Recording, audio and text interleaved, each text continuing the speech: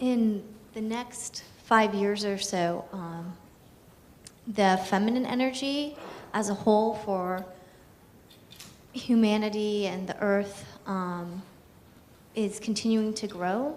And when I look or listened to today speak about oneness, and I incorporate that with the understanding I have, small understanding I have with the receptive energy of the feminine and openness and letting go. And I'm wondering what your vision is as far as that shift of oneness and the embracement or embracing of the feminine with this softer energy, how that will all manifest in this very male patriarchal current environment. Wow. You can settle in for a few days now, I imagine. Well, this is the reason that I recently published, together with my wife's help, this book called The Return of the Feminine and the World Soul, because I was given a set of teachings and understandings that the feminine is absolutely vital for the next step in human evolution. There's a certain work that can only be done by women on a very basic spiritual way. And women have access to a certain energy in creation that men do not. It is because physically they have the capacity to bring the light of the soul into the physical world by giving birth. It gives them access to energy in the created world that is needed if the world is to transform. And as far as I can understand, that is the primary reason that so many women in the West are attracted to spiritual life.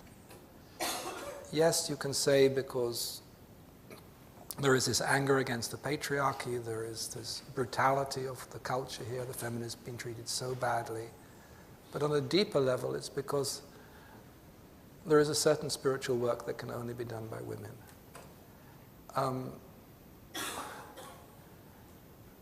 I always remember when I started reading esoteric books. I was 16, and I had a girlfriend then who was an artist. And I remember this afternoon, it was an English summer afternoon, and I was sitting there on the lawn reading the Tibetan Book of the Dead and The Secret of the Golden Flower, getting really terribly excited. And she looked at me, and she said, "What are you reading all that for? I just know it." And there is this innate wisdom of the feminine that doesn't have to read the books about global transformation, which is really lucky because, first of all, the books haven't been written. Secondly, the few that have been written are written by guys and are very biased. And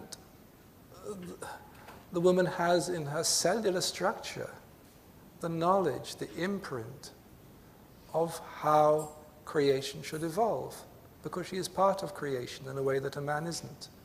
And she is part of the mystery of life. The Sufis call it the secret of the word kun, to be, the immanence of God.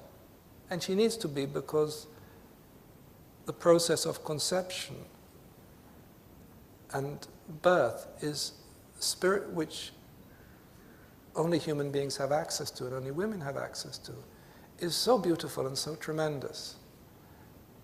To bring the light of the soul into a human body and to give that body, give that soul the form it needs for its life's destiny. It's not just something you pick off the supermarket shelf. It is an incredibly beautiful spiritual work. I've had the opportunity of actually seeing how it happens, particularly in my grandchildren. So I have been shown how there is a certain work that needs to be done by women. I've also seen that the anger of women towards the patriarchy is a very, very big stumbling block to this. And there is not enough time, sadly, for the reconciliation, which would take, I guess, a couple of 100 years on a good day. If you've been beaten up for a couple of 1,000 years, you can't just wake up one morning and say, "It's okay, guy, it doesn't matter." But you have to respect what has happened. Don't deny it.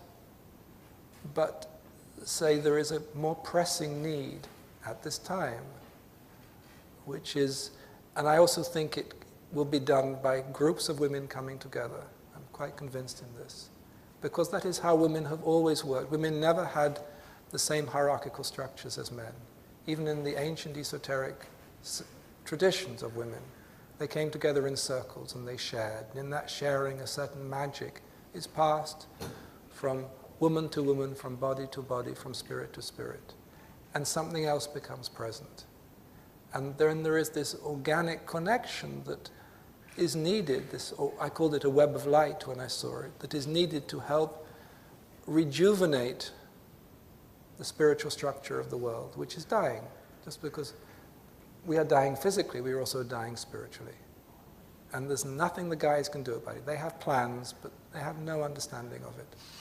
So, in a way, the women hold the fate of the world in their hands in a very particular way, but the shadow side of it is that they are so angry with men for this incredible betrayal and misuse that can cut them off from the work that needs to be done.